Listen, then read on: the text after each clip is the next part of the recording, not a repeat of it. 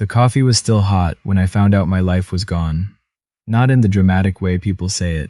Not a car accident, not a diagnosis. Just me, standing at the kitchen counter in my socks at 7 in the morning, staring at a number on my phone screen that didn't make sense. The kind of wrong that takes a few seconds to land. Like when you reach for a glass and it's not where you thought it was. My account showed $4,112. It was supposed to show a little over $218,000. I stood there long enough that my coffee went cold. Then I called the bank. My name is Bernard, Bernie to most people, or just Dad, depending on who you ask. I spent 31 years working heavy equipment for a municipal roads crew outside of Sudbury. Long winters, early mornings, the kind of job that doesn't ask you how you're feeling. I retired at 62, partly because my knees told me to, and partly because my wife, Sheila, had just been diagnosed with early-stage dementia, and she needed someone home. We'd been married 38 years. She was the kind of woman who remembered everyone's birthday and forgot to eat lunch. I was the kind of man who forgot birthdays and never missed a meal. We balanced each other out. When Sheila passed 2 years after her diagnosis, I was 64 years old and I didn't know how to run a household. I don't mean that in an embarrassing way. I mean it practically. She had managed all of it. The bills, the insurance, the RRSP contributions, the property tax, the renewal on the truck. I'd spent 3 decades operating a grader and coming home to supper on the table and a woman who knew where everything was. When she was gone, I found out I didn't know where anything was. Not even the folder with the mortgage papers. I have 2 kids. My son, Owen, lives in Kelowna. He works in construction management, has 3 kids of his own, and calls me every Sunday without fail. Every single Sunday for the past 2 years. He's not flashy about it, he just does it. My daughter, Renata, lives closer, 40 minutes from me in the same city. She's sharp, organized, always the one with the plan. After Sheila died, she came over and helped me sort through everything. She made spreadsheets. She called the insurance company. She sat across from me at the kitchen table with a legal pad and walked me through all of it. At the time, I thought, this is what it looks like when someone loves you. She suggested we add her to my main account. Just to help with things, she said. So she could pay the bills if I was having a hard week. Make sure the hydro didn't get cut off. Keep an eye on things. I was 64, recently widowed, and I didn't have the emotional capacity to question it. So I said yes. That was 18 months ago. I didn't notice anything wrong for a long time, because I wasn't paying close attention. I know that sounds careless, but grief does something to your focus. You go through the motions, you make coffee, you go to the grocery store, you sit in the chair where your wife used to sit sometimes by accident, and then you get up quickly and go sit somewhere else. The account numbers on the statements were just numbers. I saw them, but I didn't really read them. It was my son who first said something. He called on a Sunday in February. I remember because there was a blizzard, the kind that sounds like it's trying to get through the walls. And at the end of the call, almost as an afterthought, he said, "Dad, how are you doing for money? You okay?" I said I was fine. He said, "Have you looked at your account lately? Like, really looked at it?" I said I'd look. I didn't, not right away. I assumed he was just being cautious. Owen is cautious. He triple checks load calculations at work. It's just how he's wired. But something about the way he asked it stayed with me. That hesitation before the question, like he'd been working up to it for a while. 3 days later, I logged into my online banking for the first time in probably 6 weeks. What I saw made me sit down on the floor. Not the chair, the floor. The account had $4,112 in it. In the last 18 months, $214,000 had been moved out in transfers, dozens of them. Some small, 400 here, 600 there. Some large, one for $22,000 in October. Another for $18,500 in January. Regular, systematic. The kind of thing that doesn't look like theft when you're not watching. The kind of thing that looks like household expenses. Except I hadn't authorized any of it. I didn't call Renata right away. I need you to understand that. Because the first thing I felt wasn't anger. It was this strange, tilting disorientation. Like the ground wasn't quite where my feet thought it was. I kept looking at the numbers, scrolling back through months and months of transfers, trying to find an explanation that made sense. Maybe I'd forgotten something. Maybe there was some bill I hadn't known about. I sat at that table for 2 hours, looking for a way to explain it that didn't mean what I was afraid it meant. I couldn't find one. I called the bank. The woman on the phone was professional and careful. She told me to come in. She said she couldn't discuss the specifics of the account over the phone. I drove to the branch the next morning. The roads were still icy from the blizzard. I remember thinking, as I drove, that I should probably call Renata and ask her to explain it before I went to the bank. Give her a chance. That's what you do with family, right? You give them a chance. I didn't call her. Something stopped me. Looking back, I think some part of me already knew. And it knew that if I gave her that phone call, the account would be emptied of whatever was left before I made it to the branch. I walked in and asked to speak to someone about some unusual account activity. They took me to a desk near the back. A man named, I'll just call him the account manager, because I don't want to identify anyone. He pulled up my account, looked at it for a long moment, and then looked at me. He said, Mr. Bernard, I think you need to see something. He turned the screen so I could read it. He walked me through it quietly, calmly, the dates, the amounts, the accounts the transfers had gone to. Some of them traced back to a credit card account in Renata's name. Some went to a second account I'd never seen before, which also had her name on it. I asked him if there was any possibility I had authorized these. He said the authorizations had come through online banking, from an IP address registered to a device that wasn't my phone or my laptop. He said if I hadn't made these transfers, and hadn't authorized anyone to make them on my behalf for personal expenses, then what I was looking at was a serious matter, and I should contact the police and a lawyer before doing anything else. He handed me a printout of the full transaction history. 18 months, page after page. I sat in that chair for a long time after he finished talking. He didn't rush me. Outside it had started snowing again. I called Owen from the parking lot. I didn't plan to cry. I've never been a man who cries easily. 30 years on a roads crew, you develop a certain way of handling things. But when he picked up and said, Dad, what's going on? I don't know. The voice of your kid will do things to you. I told him what I'd found. I told him what the account manager had shown me. There was a pause on the line. Then Owen said, very quietly, I know. I asked him what he meant. He said he'd noticed irregularities when he'd visited in the fall. He hadn't said anything directly because he didn't want to make accusations without proof.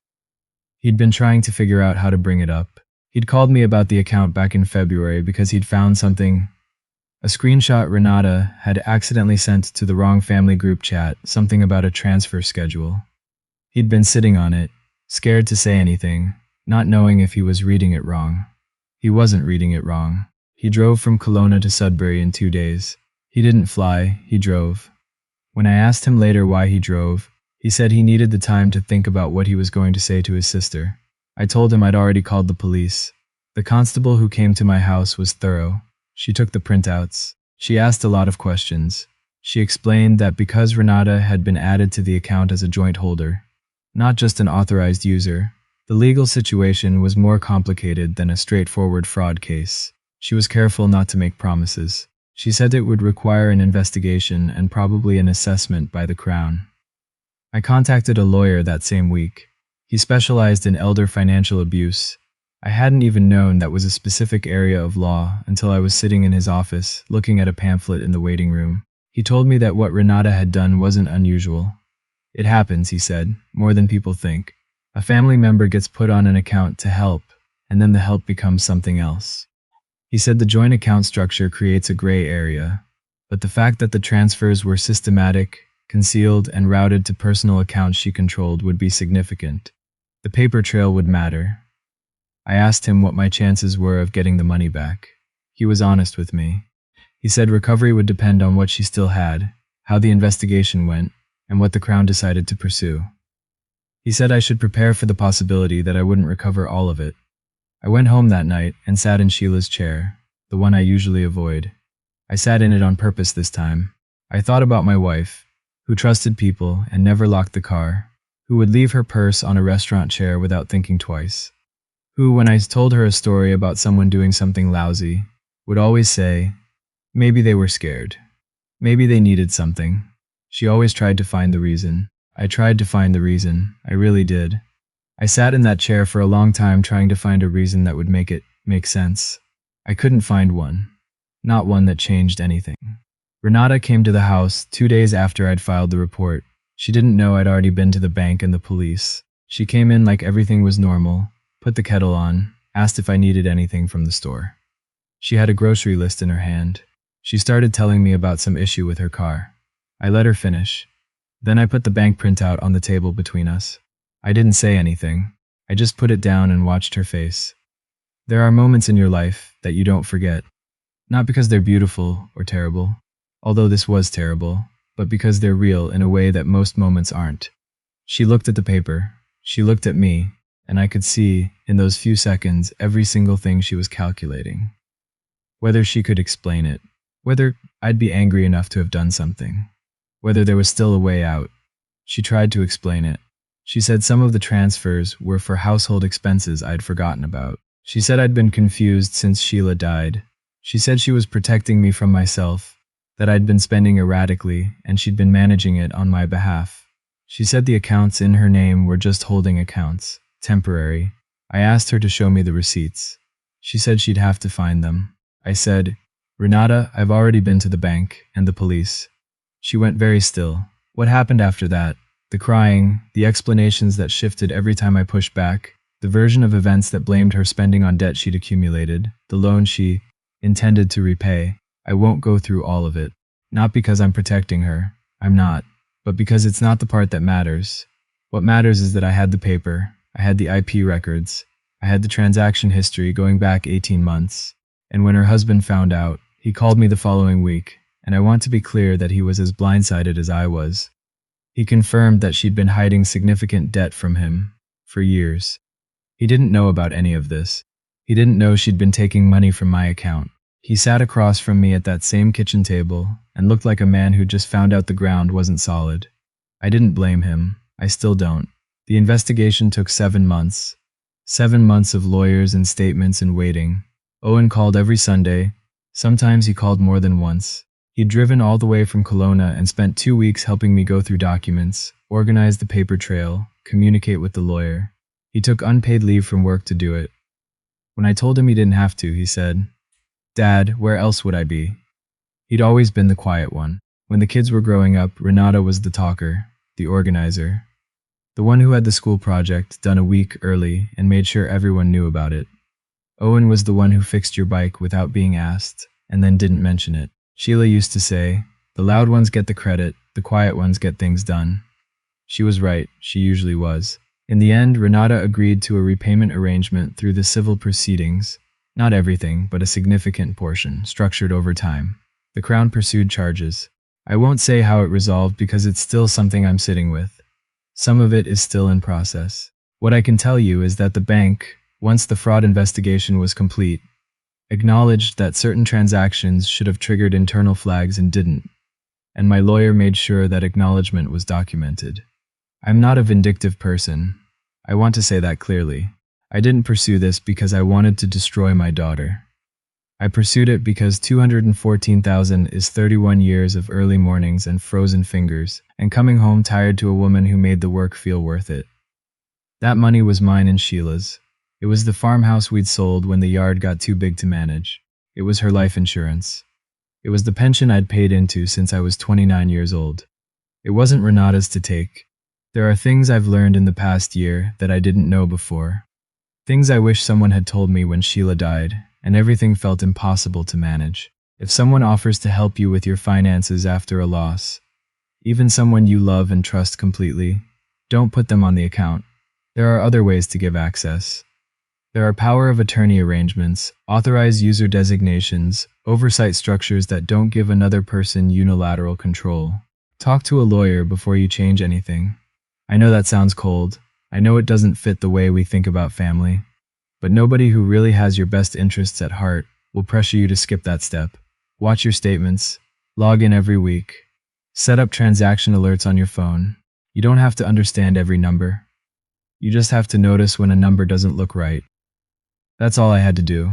It took me 18 months to do it. Don't wait 18 months. If something doesn't look right, trust that feeling. Before you call your family member, before you give anyone a chance to explain, before you do anything else, go to your bank. In person. Ask for a complete transaction history. Ask who made each transfer, from what device, to what account. Get it in writing. You're entitled to that information. It's your money. I know some of you are sitting there thinking your family would never. I thought that too. The hardest part isn't the money. I want to be honest about that. I'll be okay. The pension covers my basics. I'm not extravagant, and whatever gets recovered will help. It's not easy, but I'll manage. The hardest part is knowing that my daughter looked at me, a 64-year-old man who'd just buried his wife, and saw an opportunity, that she sat across from me at the kitchen table, with her legal pad and her spreadsheets and all her organized concern. And at least some of what she was doing was calculating. I don't know how much of it was real and how much of it was performance. I probably never will. Owen called last Sunday, same as always. He asked if I'd eaten something good that week. I said I'd made a beef stew. He laughed and said he wanted the recipe. We talked for 45 minutes about nothing in particular, his kids, the Sudbury weather, a documentary we'd both watched. And when we hung up, I sat in Sheila's chair and thought, this is still here. This is still real. The quiet ones. The ones who show up without making a production of it. The ones who drive 2 days instead of taking a flight because they need to think. They're still there. Sheila was right about that too. I don't know what happens with Renata from here. I don't know if we find some version of a relationship after this, or if this is just what the rest of it looks like. Right now, I'm not trying to figure that out.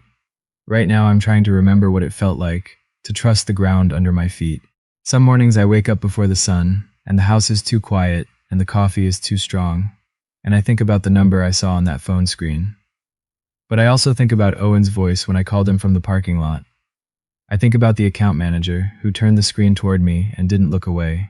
I think about the lawyer in his office with the pamphlet in the waiting room, telling me I wasn't the first and I wouldn't be the last. But that didn't mean it was okay. It wasn't okay. But I'm still here, and some mornings that's enough to start with.